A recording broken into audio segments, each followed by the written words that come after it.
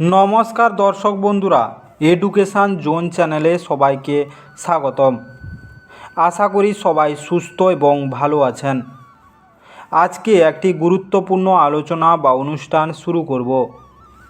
বিষয়টি হচ্ছে মাঘ মাসে মিলবে শ্রী বিষ্ণুর আশীর্বাদ। কোথায় কখন ডুব দিতে হবে 5টি উপায় জেনে নেওয়া যাক। এই বিষয়টি আলোচনা করব ভিডিওর মাধ্যমে বিস্তারিতভাবে। ভিডিওটি না কেটে না স্কিপ করে পুরোটা দেখার চেষ্টা করবেন।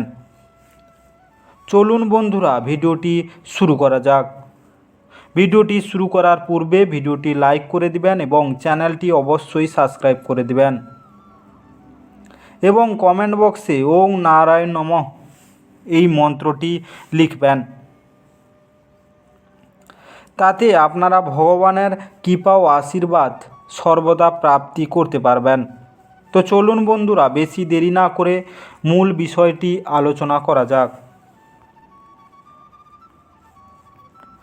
মাঘ মাস শুরু হয়ে গিয়েছে। মাঘ মাসে স্নানের বিশেষ গুরুত্ব রয়েছে। এই স্নান যদি গঙ্গা বা প্রয়াগরাজের সঙ্গমে করা হয় তবে আরও ভালো। মাঘ মাসে স্নান করার পদ্ধতি ভিন্ন এবং এই মাসে দান করলে অনেক উপকার পাওয়া যায়। এই মাসে স্নানের পদ্ধতি জেনে নিন কিভাবে ভগবান বিষ্ণুর আশীর্বাদ পাওয়া যায়।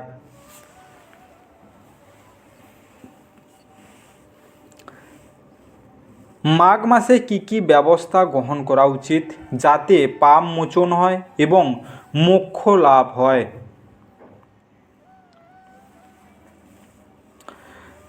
মাঘ মাসের প্রতিকার ও উপকারিতা।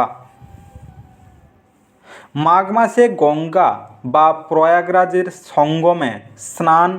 মাঘ মাসের প্রয়াগরাজের গঙ্গা ও যমুনা সরস্বতীর সঙ্গমস্থলে স্নান করলে পাপ দূর হয় এবং ভগবান বিষ্ণুর আশীর্বাদ মেলে।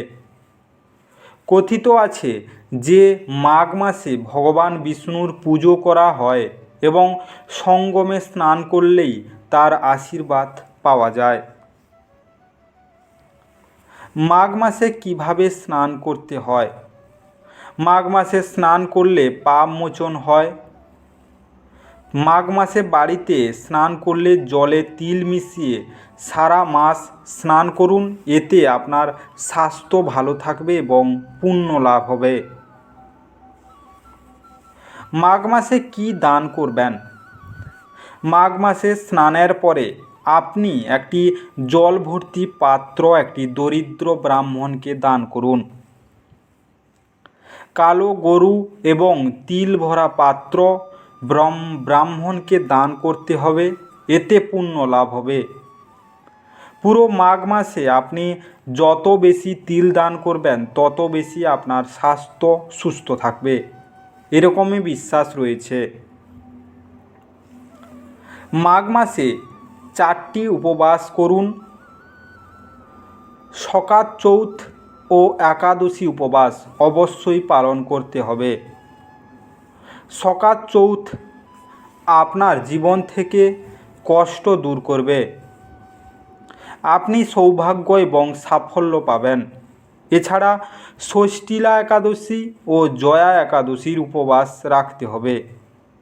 সকাত চৌথ 29 জানুয়ারি এবং ষষ্ঠীলা একাদশী 6 ফেব্রুয়ারি উদযাপন করা হবে।